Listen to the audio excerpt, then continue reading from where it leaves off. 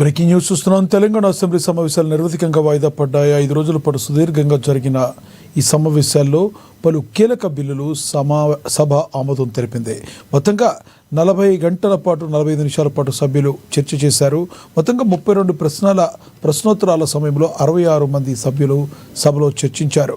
2 తీర్మానాలు చేయగా 13 బిల్లులను సభలో ప్రవేశపెట్టారు. ఆమోదం పొందిన బిల్లులో తెలంగాణ పురపాలక బిల్లు, హైదరాబాద్ మహానగర పురపాలక కార్పొరేషన్ బిల్లు, హైదరాబాద్ మహానగర పురపాలక కార్పొరేషన్ బిల్లు, తెలంగాణ ప్రైవేటు విశ్వవిద్యాలయాల బిల్లులు ఉన్నాయి.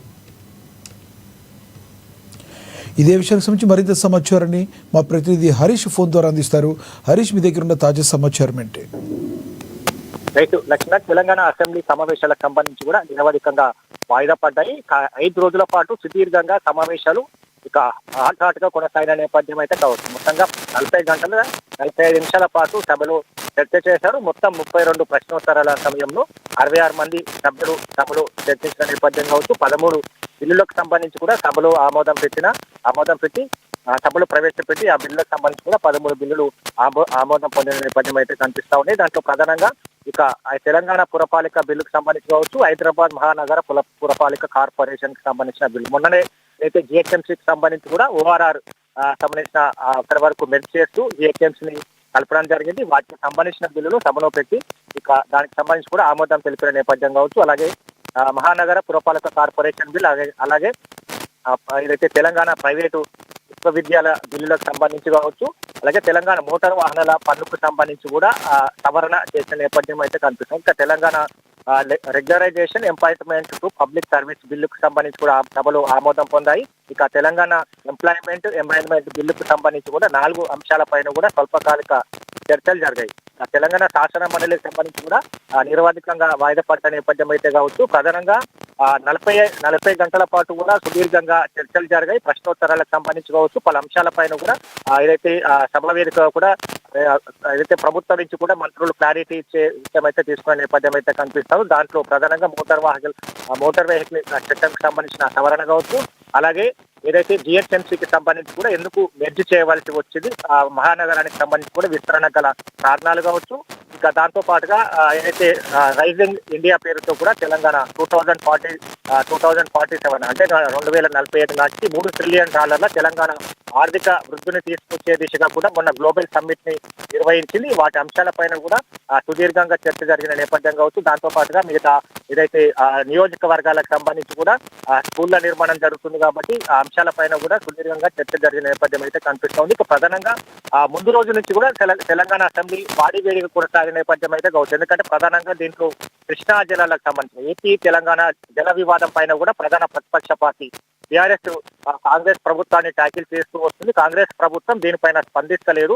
ఏదైతే ఏపీ ప్రభుత్వం నీటిని తరలించుకోపోతున్నా కూడా సీఎం రేవంత్ రెడ్డి కావచ్చు, రాష్ట్ర ప్రభుత్వం చూసి చూడనట్టుగా వ్యవహరిస్తున్నట్టుగా కూడా గత కొద్ది రోజుల నుంచి కూడా ఆరోపణలు చేస్తూ వస్తున్నారు. దానికి సభా వేదిక కూడా క్లారిటీ ఇవ్వాలని కూడా రాష్ట్ర ప్రభుత్వం సిద్ధమైంది. దానికి పవర్ పాయింట్ ప్రజెంటేషన్ ద్వారా కూడా ప్రతిపక్ష బీఆర్ఎస్ పార్టీ కావచ్చు, బీజేపీ ఇతర ఏదైతే శాసనసభ్యుల ఎన్నికగా కూడా పవర్ పాయింట్ ప్రజెంటేషన్ ఇచ్చేందుకు కాంగ్రెస్ ప్రభుత్వం సిద్ధమైన నేపథ్యం కావచ్చు. ముందు రోజే సీఎం కేసీఆర్, దానికంటే ముందు రోజు కూడా మాజీ సీఎం కేసీఆర్ మీడియా సమావేశం ఏర్పాటు చేశారు. ఆ సమావేశం వేదిక కూడా చెప్పడం జరిగింది. ప్రధానంగా ఏదైతే తాను ఇప్పుడు ప్రతిపక్ష పార్టీ హోదాలో ఇక అధికార పక్ష పార్టీకి సంబంధించి కూడా కాంగ్రెస్ ప్రభుత్వాన్ని నిగ్గు తేలుస్తామని కూడా చెప్పడం జరిగింది. అందుకు అనుగుణంగా మొదటి రోజు అసెంబ్లీ సమావేశాలకు వచ్చిన నేపథ్యం కావచ్చు. అంతా కూడా ఏదైతే మరోసారి మాజీ సీఎం కేసీఆర్ రాష్ట్ర ప్రభుత్వానికి సంబంధించి కావచ్చు పథకాలపైన కూడా ప్రశ్నిస్తారని కూడా ప్రతిపక్ష పార్టీ హోదా నేతగా ప్రశ్నిస్తారన్నట్టు కూడా రాష్ట్ర ప్రజానీకం అంతా కూడా ఎదురు చూసిన సందర్భం అయితే కనిపించింది. దాంట్లో ఆయన మొదటి రోజే అసెంబ్లీకి పరిమితయ్యారు. గతంలో కూడా మొదటి రోజుకే అసెంబ్లీ పరిమితమైన నేపథ్యం కావచ్చు.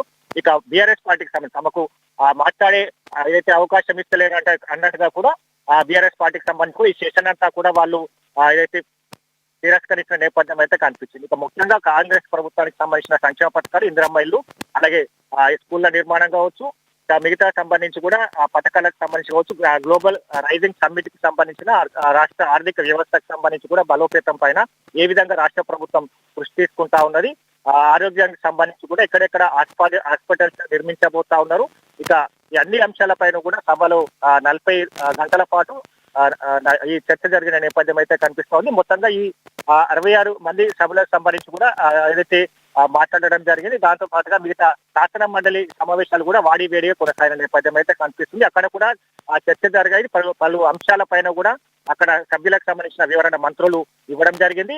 ఇక ఈ సెషన్ కి సంబంధించి శాసన మండలిలో ఈ సెషన్ కి సంబంధించి కూడా ఎమ్మెల్సీ కవిత రాజీనామా చేయడం జరిగింది. ఆమె రాజీనామాకు సంబంధించి కూడా నిన్న స్పీకర్ ఆమోదించిన నేపథ్యం అయితే కనిపిస్తా ఉన్నది. కాబట్టి ఈ సెషన్ అంతా కూడా వాడివేడిగా కొనసాగిన నేపథ్యం అయితే కనిపిస్తా ఉన్నది. కాబట్టి ప్రభుత్వం ఏదైతే కృష్ణా జలాలకు సంబంధించి కావచ్చు ఏపీకి తరలించడం పైన కూడా ప్రతిపక్ష బీఆర్ఎస్ పార్టీకి ఏదైతే ఆరోపణల్ని కూడా ప్రజా వేదిక కూడా అసెంబ్లీ సాక్షిగా వివరించాలని కూడా ప్రయత్నించినా కూడా బీఆర్ఎస్ పార్టీ దాన్ని తిరస్కరించి ఆ అసెంబ్లీకి సంబంధించి కూడా వాళ్ళు ఏదైతే ఈ సెషన్ కి సంబంధించి కూడా పూర్తి స్థాయిలో తిరస్కరించిన నేపథ్యం అయితే కనిపించారు. కాబట్టి మొత్తంగా 13 బిల్లులకు సంబంధించి కూడా సభలో ఆమోదం పొందాయి. ఇక సభలకు సంబంధించి కూడా 2 తీర్మానాలు చేసిన సందర్భం కావచ్చు.